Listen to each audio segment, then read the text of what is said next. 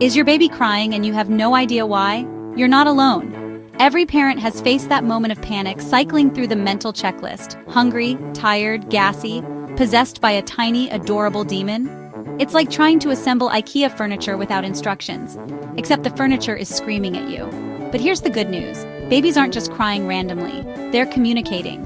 Today, we'll reveal 7 surprising cues to help you decode their cries and respond with confidence. Think of me as your friendly neighborhood translator, here to help you learn the secret language of your baby. So grab that cold coffee and let's dive in. Let's start with the big one, the neigh sound. According to the Dunstan baby language, babies are born with 5 universal sounds to signal their needs. Neigh means, "I'm hungry, feed me now." It's a distinct nasal neigh created by the baby's sucking reflex. You'll often hear it before a full-blown cry. Think of it as a polite heads up. Look for rooting, your baby turning their head, mouth open, searching for the nipple. They might also suck on their hands or your shirt, anything to signal, "Food, please." Catching these cues early prevents a hangry meltdown. Responding to the neigh sound and rooting builds trust. Your baby learns that their signals matter. At first, all cries sound the same, but with practice, you'll pick out the neigh, especially around feeding time. It's the difference between a calm feeding and a frantic one. So next time your little one fusses, pause and listen for that neigh. Are they turning their head, sucking their hands? Recognizing this cue can transform your feeding experience and make you feel like a baby whispering rock star. And honestly, we all deserve to feel like a rock star, even if we're covered in spit up. Early response means less chaos for everyone. You're not just reacting, you're anticipating. That's proactive parenting. Your baby feels heard and safe. And that's the foundation of a strong parent-child bond. Babies communicate with their whole bodies, not just their voices. If you see clenched fists, a rigid body, or an arched back, your baby is saying, "I'm uncomfortable." This cry is often sudden, intense, and higher pitched than a hunger cry, a true distress signal. Start your investigation. Check the diaper, clothing, and position. Is something pinching or poking them? Is a hair wrapped around a toe? Sometimes just changing their position or giving a gentle massage can bring relief. If you've checked the basics and your baby is still tense, consider teething or reflux. Offer a teething toy or hold them upright after feeding.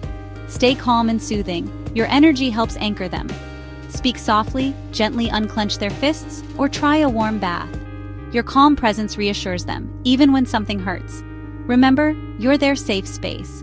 Responding to these cues helps you solve the mystery and comfort your baby. Observation and gentle action are your best tools. You're building trust every time you help them feel better.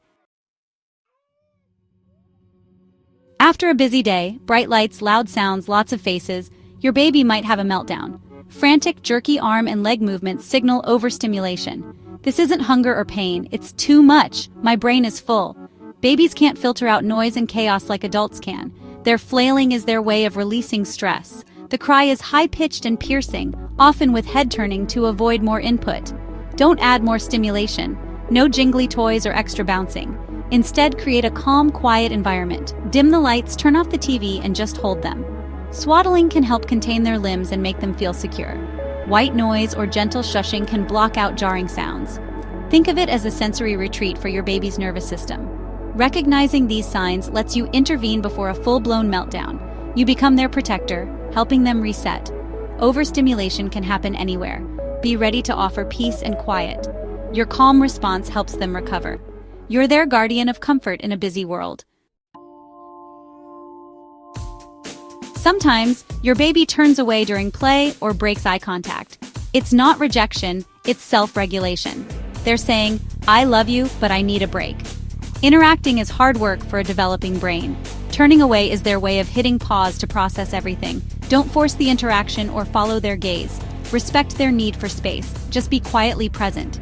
This teaches them their boundaries are respected. After a moment, they'll likely turn back, ready to re-engage.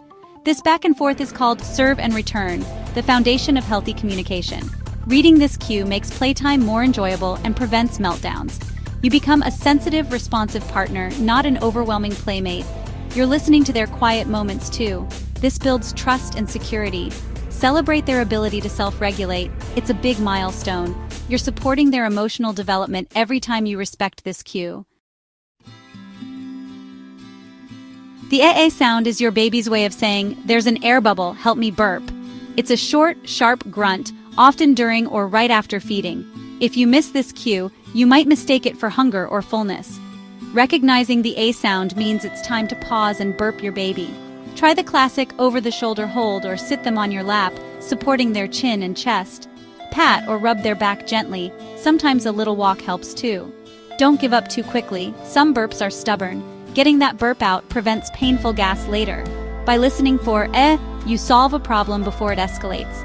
Your baby feels understood and comfortable. This small action can prevent a lot of crying. You're building confidence as a parent with every successful burp. Responding promptly keeps feeding sessions calm. It's a simple cue, but it makes a big difference. Trust your instincts and your baby's signals. You've got this. A pained expression, grunting and pulling knees to the chest, classic signs of gas or tummy trouble. Babies' digestive systems are still developing, so gas is common. The cry is whiny and intermittent, with physical cues like red faces and leg pulling. They're instinctively trying to relieve pressure. Help them with gentle techniques. Bicycle their legs, give a tummy massage, or try the "I love you" massage. The football hold, baby tummy down along your forearm, can also soothe. A warm bath relaxes their muscles and eases discomfort. These episodes are temporary and will lessen as they grow. Knowing how to respond brings quick relief and comfort. You're not just stopping the crying, you're easing their pain. Every time you help, you strengthen your bond. Observation and gentle touch are your best tools. You're their comfort bringer, trusted and loved. Responding to tummy trouble builds lasting trust. You're making a world of difference, one cuddle at a time. The hey sound is a breathy, stressed heh heh heh, your baby's signal for mild discomfort. It's not urgent, but something's off. Look for restlessness, squirming, or shifting. Time to check the basics: diaper, temperature, clothing, and position. A slightly wet diaper, a scratchy tag, or being too hot or cold can all trigger the hey sound. Sometimes just picking them up or smoothing their clothes solves the problem. This cue is your baby practicing subtle communication. They're learning they don't have to scream to get your attention. Responding to the hey sound teaches them you notice even their small needs. It builds trust and a sense of security. Listen for the breathy hey and start your gentle investigation. Addressing small discomforts keeps your baby content. You're showing them their comfort matters in big ways and small. Every response strengthens your connection. You're always listening, and that means everything. There you have it, 7 cues to help you crack the code of your baby's cries. Understanding isn't about perfection, it's about tuning in and trusting your instincts. Each baby is unique, but these cues give you a strong foundation. Every time you respond, you build trust and connection. Be patient with yourself and your baby. You're learning together. If this helped, like, subscribe, and share your experiences in the comments. Remember, you've got this.